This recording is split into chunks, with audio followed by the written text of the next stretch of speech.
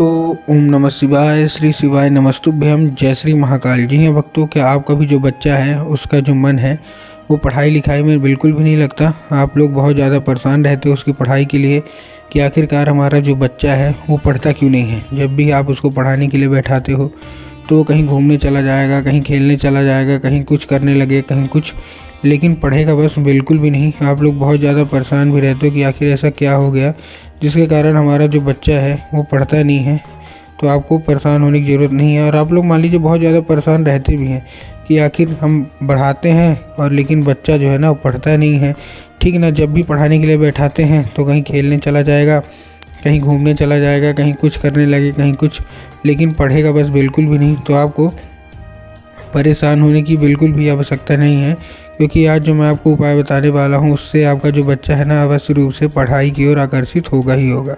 ठीक, क्या करना है, कैसे करना है, पूरा मैं आपको बताने वाला हूँ। देखिए, आपको भी पता है कि पूज्य गुरुदेव की जो कथा होती है उसमें लाखों की भीड़ आती है। कैसे भीड़ आती है? लाखों की भीड़ आती है।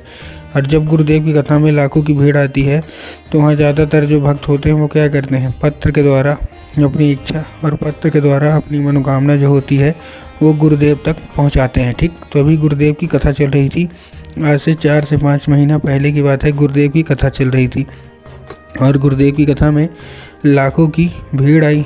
अब जब गुरुदेव की कथा में लाखों की भीड़ आई तो वहाँ ज़्यादातर जो भक्त थे उन्होंने क्या किया, पत्र के द्वारा अपनी इच्छा और पत्र के द्वारा अपनी मनोकामना जो थी वो गुरुदेव तक पहुंचाई।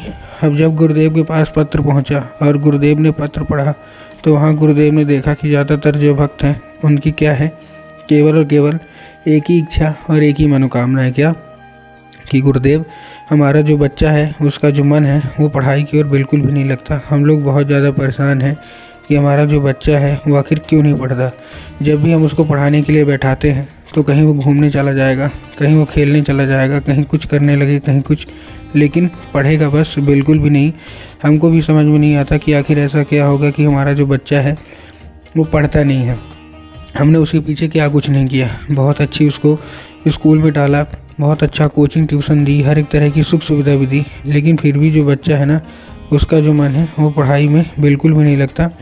कृपया करके कोई उपाय बता दें, हम लोग बहुत ज़्यादा परेशान हैं। अब जब गुरुदेव ने देखा तब गुरुदेव ने 2 से 3 उपाय बताए और कहा केवल और केवल ये उपाय कर लेना, तुम्हारा जो भी बच्चा है ना, चाहे वो लड़का है लड़की, अगर मन उसका पढ़ाई में नहीं लगता तो अवश्य रूप से उसका जो मन है वो पढ़ाई की ओर आकर्षित होगा ही होगा।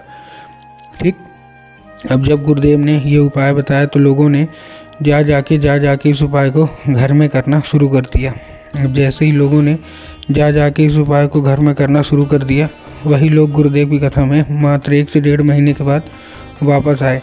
अब जब वही लोग गुरुदेव की कथा में वापस आए तो उन्होंने क्या किया, फिर से एक बार गुरुदेव को पत्र लिखा।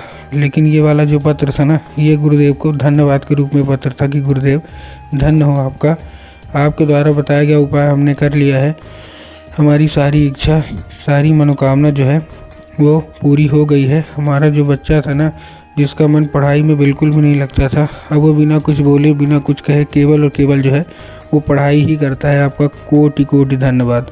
तो देखिए, जो लोग भी मेरी आवाज़ अभी सुन रहे हैं ना, अगर आपको भी जानना है कि आखिर ऐसा कौन सा उपाय है जिसको करने मात्र से सारी इच्छा सारी मनोकामना जो होती है वो पूरी हो जाती है, तो चलिए हम बताते हैं आपको आज की इस वीडियो के माध्यम से कि आपको करना क्या है।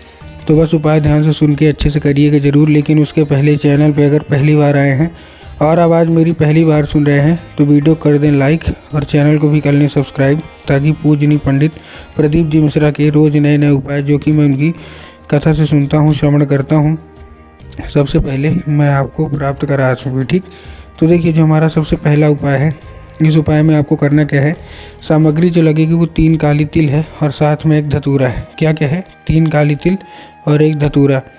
अब देखिए, काली तिल और काली मिर्च में ना बहुत सारे लोग कंफ्यूज होते हैं, काली तिल क्या है, काली मिर्च क्या है, हमको थोड़ा साफ साफ बताइए। गुरुदेव ने साफ साफ बताया है कि आपको काली तिल ही लेना है और काली तिल के साथ साथ आपको एक धतूरा चाहिए। ठीक, ले लिया धतूरा।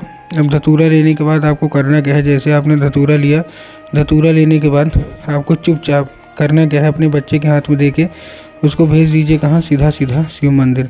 अब जैसे ही आपका बच्चा शिव मंदिर पहुँचेगा, शिव मंदिर पहुँचने के बाद उसको क्या बोलिएगा कि दक्षिण दिशा में खड़ा हो जाए और उत्तर की ओर अपना चेहरा कर ले। अब देखिए दक्षिण और उत्तर में भी ना बहुत सारे लोग कंफ्यूज होते हैं कि दक्षिण क्या है, उत्तर क्या है, हमको थोड़ा साफ साफ बताओ। तब गुरुदेव ने साफ साफ बताया है कि आप जिस भी शिव मंदिर जा रहे हैं ना, उस शिव मंदिर का जिधर साइड जलाधारी होगा, आपको अपना चेहरा उधर साइड करके खड़े हो जाना है। ठीक, खड़े हो गए। खड़े होने के बाद आपको करना क्या है, एक नाम लेके, कौन सा, महादेव का बहुत ही सुंदर सा नाम है, श्रम्भेश्वर महादेव। तो आपको करना क्या है, आपको श्रम्भेश्वर महादेव का नाम लेके और उन्हीं का स्मरण करके आपको चुपचाप क्या कर देना है, अर्पित कर देना है बस। पूज्य गुरुदेव कहते हैं कि अगर आपने श्रम्भेश्वर महादेव का ये उपाय कर लिया तो अवश्य रूप से सारी इच्छा और सारी मनोकामना जो है वो पूरी होगी ही होगी। ठीक, ये तो था हमारा कौन सा, पहला उपाय। अब हम चलते हैं अपने दूसरे उपाय की ओर। ठीक, दूसरे उपाय की ओर चलते हैं। दूसरे उपाय में जितनी भी माताएं हैं, आपको ध्यान रखना है इस उपाय के लिए कि आपको एक क्या चाहिए, एक लाल फूल चाहिए। और एक लाल फूल लेने के साथ साथ आपको क्या चाहिए इस उपाय के लिए, आपको चाहिए आपके घर में माता सरस्वती की फ़ोटो या मूर्ति। अगर आपके घर में माता सरस्वती की फ़ोटो या मूर्ति है तब तो अच्छी बात है, लेकिन अगर आपके घर में माता सरस्वती की फ़ोटो या मूर्ति नहीं है तो आपको बाज़ार जाना है, माता सरस्वती की फ़ोटो या मूर्ति लाना है, घर में उनको स्थान देना है। ठीक, दे दिया। अब देने के बाद शाम के वक्त जब आपके घर में पूजा पाठ हो ना, तो आपको क्या करना है, वो जो लाल फूल है वो आपको उठाना है और माता सरस्वती को अर्पित करके माता से उसको औषधि के रूप में मांगिए कि माता कृपया करके हमको इसको औषधि के रूप में प्रदान करिए। हमारा जो बच्चा है उसका जो मन पढ़ाई में बिल्कुल भी नहीं लगता। अब क्या होगा, अब वो औषधि का रूप ले लेगा। बस आपको क्या करना है, उसी रात जब आपको बच्चा अच्छे तरीके से खाना पीना खा के सो जाए तो आपको क्या करना है, वो लाल फूल उठाना है और अपने बच्चे के माथे पे 2 से 3 बार आपको क्या कर देना है, फेर देना है बस। पूज्य गुरुदेव कहते हैं ऐसा अगर आपने कर लिया ना तो अवश्य रूप से आपके बच्चे के ऊपर माता सरस्वती की कृपा होगी और आपका बच्चा बिना बोले बिना कुछ कहे पढ़ाई ही पढ़ाई करेगा।